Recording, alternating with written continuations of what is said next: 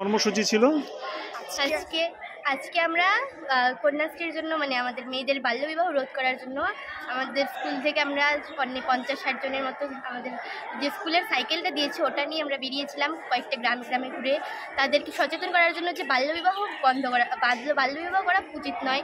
বাল্যবিবাহ করলে মেয়েদের যে সমস্যাগুলো হয়, মেয়েদের যে শারীরিক সমস্যা, তাদের বাড়ির প্রেশার, তাদের গার্জিয়ানের প্রেশার, অনেক রকমের সমস্যা দেখা দেয়, সেগুলো যেন না হয় ভবিষ্যতে, সেটার জন্য সচেতন করার জন্য আমরা বেরিয়েছিলাম আজকে আমাদের স্কুলের হেডমাস্টার মশাই আরও অন্যান্য শিক্ষকদের সঙ্গে। তারাই আমাদেরকে শিখিয়েছেন আমরা কেমন করে তাদেরকে সচেতন করব, তাদেরকে কেমন করে বলবো, সবটাই আমাদের শিক্ষকদের উপর নির্ভর করে আমরা গিয়েছিলাম। তোমার নাম কি? আমার নাম সঞ্জনা সরকার। কোন ক্লাস? আমি ক্লাস 10-এ পড়ি। আমার নাম পাপড়ি দাস, আমি ক্লাস 10-এ পড়ি।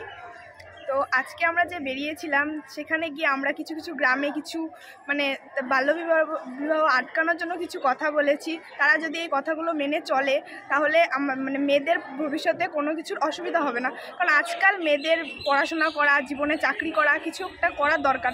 মেয়েরা যদি কিছু না করতে পারে তাহলে মেয়েদেরকে না ফ্যামিলির থেকে দেখতে পারবে, না তাদের বিয়ের পরে শ্বশুরবাড়ির থেকে কিছু একটা করবে।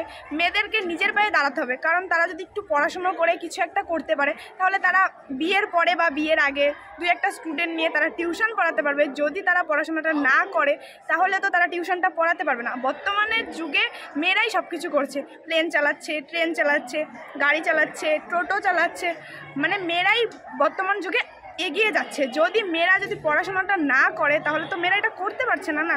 বর্তমানে যে মেয়েদের বিবাহ মানে মেয়েরা পালিয়ে যাচ্ছে বা তার ফ্যামিলি মানে গরিব অবস্থা, আর্থিক অবস্থা খারাপের জন্য তার বাড়ির থেকে বিয়ে দেওয়া হচ্ছে। যেই মেয়েগুলো পালিয়ে যাচ্ছে তাদের ধরো না, পালিয়ে যাওয়ার পরে তো কারো মানে নিজের মেয়ের বাড়ির থেকে তো কখনো মেনে নেয় না, খুব কম মানে। আর শ্বশুরবাড়িতে যদি ধরো কিছুদিন ভালো ব্যবহার করে, তারপরে ধরো স্বামী কোনো একটা কারণে তার সাথে অশান্তি করলো, তখন তো মেয়েটা যদি পড়াশোনা করে থাকে তখন মেয়েটা স্বামীর ঘর থেকে চলে এসে কিছু একটা করে খেতে পারবে।